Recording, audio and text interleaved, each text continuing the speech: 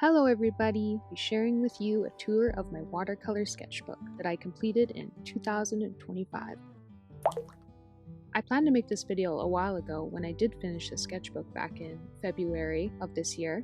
So this is actually part 2 of this watercolor sketchbook. Part 1 is already up on my channel. The sketchbook contains of a lot of watercolor art inspired by the nature around me. Okay, without further ado, let's get started.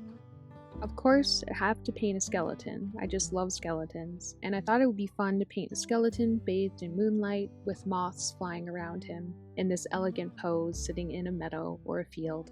This one was a lot of fun to create, and going back and looking through all these pages of this old sketchbook is really inspiring, as I probably would like to recreate a lot of these paintings. I like the whimsical, magical feel of this piece. This piece is also available on my imprint shop if you want to purchase it as a mini print or sticker, link in the description below. For the next page, I was so inspired by the moonlit skeleton, I wanted to create little scenes of magical moonlight, some with branches, a lot with stars, a lot with clouds. I really enjoyed creating the light reflecting off of the clouds. It was definitely a good study for me as I don't paint a lot of clouds or moons, so I'll definitely have to revisit this one. And I believe this was a tutorial I made on my YouTube channel as well. For every page I go back to, the nostalgia hits me a little bit from last year of painting in the garden and painting all the wild flowers around here where I live. We have a lot of wild daisies, brown-eyed Susans, and these beautiful little bellflowers. I just like recreating all these paintings in a conceptual, stylized way, giving it a touch of personalization. Last summer, I wanted to paint the blue sky and capture the theme of summer by painting some fruits. I wish we had wild tangerine trees here, but we do have a lot of wild strawberries and blueberries, which I always love to paint. Their textures or colors are so vibrant, and it fits in well with the blue sky, the clouds of summer. A very refreshing page. And then continuing my theme of wildflowers and flowers in general, in the center I have some hollyhocks, and of course the brown-eyed Susan on the left, a couple more in the bottom right. I always find flowers very tricky and difficult to paint because they have so many different layers and you gotta capture the depth of the petals. So mostly when I draw flowers, they're more on the conceptual side, as I'm still learning to capture their beauty.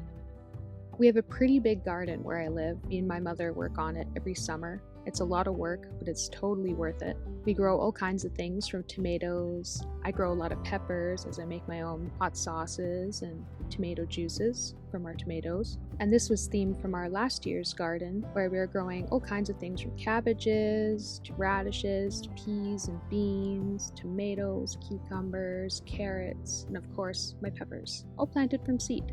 I like how I captured the texture of the bell peppers hanging off the branches. This page gives me a lot of summertime vibes. And here we have another skeleton-inspired painting, where I have my planning on the right of my color palettes and how I want to form the painting and the composition, playing with different kinds of flowers, different kinds of textures and patterns. And then the result of that was a skeleton watering a meadow of flowers. I started off by painting some acorns, and then was inspired to kind of have this theme of tree nuts for this page. We got pine cones, we have maple seeds, hazelnuts. Super fun to paint. So many different textures. I love the organic color palette of this page as well. Going back to this page, I remind myself that I need to paint more mushrooms. In the fall, we get a lot of mushrooms that start popping up, even in the early spring. But fall is my favorite for mushroom hunting. The amanita mushrooms, of course, poisonous, but so fun to paint, with their vibrant reds, oranges, and yellows. And then again, some more blueberries, but this time I painted some raspberries, some blackberries, and some currant berries. The color palette of this page is also one of my favorites. I love the purple and the greens together, the blues and the pinkish purplish tones. Super satisfying. These sketchbooks do take me some time to paint, as I like to take my time when I'm filling them, focusing more on details and textures. So around this time was September, one of my favorite months of the year, where the leaves start to change beautiful colors. So of course, inspired by that, I gathered up some leaves and painted them as my reference. And then this is just a page of September, and I got to climb up this little mountain, and I got to find all these beautiful little things, take all these pictures. And of course, the fall time means pumpkin time, and I just love painting pumpkins. The color palettes of this page turned out to be really interesting. They definitely have a fall theme to them.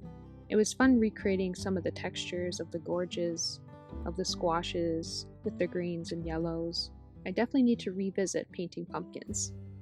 And continuing my theme of pumpkins for these next 2 pages, of course I needed to paint some skulls. And on the left I painted a complete composition of a skull, autumn themed, with some pumpkins surrounding it. Greens and oranges are a little bit tricky to paint together, as they are not harmony colors, but I think it turned out well. I like the textures of the skull and how much I defined the details. And then I just continued that theme of skulls, kind of on top of grass with some leaves, for a nice fall theme. And then the next 2 pages, I wanted to recreate some tree bark textures as the leaves are starting to fall off the trees, which makes me a little bit sad during this time of the year, but despite that, I still found inspiration to paint nature. And then my patches of grass, always fun to recreate. And then as the snow started to fall, I had to find nature hidden beneath the snow, which was a little bit of a challenge, but I did find some interesting things to paint. My favorite are the burrs on the top left corner, covered in a little bit of snow. This one didn't turn out the way I wanted it to. The composition got a little bit messy, as I should have planned this one out a little bit more. It's always nice to look back on older artwork. And then just another page of textures, finding color in months of long winters. I think this page was one of my favorites, painting some withered beauty. Textures are my favorite thing to recreate with watercolor from nature. There's endless ways of details you can create, and the closer you look at something small, the more details you see. I also really enjoy the colors of this page as well. And then the final page of the sketchbook, I continued my theme of withered beauty, painting in some more color as well. I definitely did exaggerate from the original reference and added more vibrancy to the paintings, which always makes it so fun. Looking back on this sketchbook was a lot of fun, a lot of inspiration, and going forward, I think I'm still going to do those random theme pages in my current sketchbook that I'm filling, that I've also turned into my nature journal, which will be next week's video, so stay tuned for that.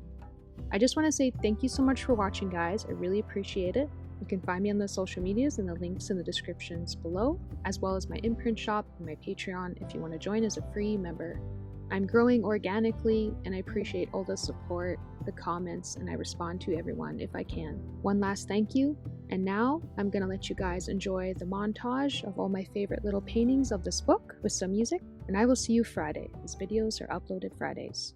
Okay, bye-bye and enjoy. Through the arbor, in the garden room,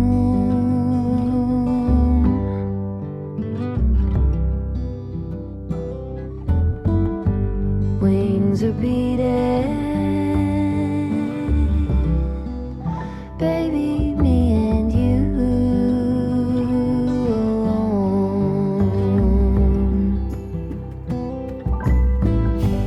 Pencil drawing phases of the moon,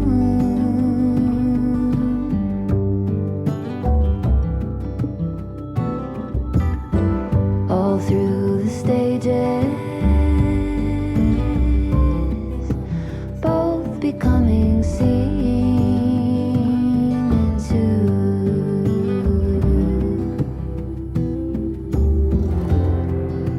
Slowly we take on phosphorescence,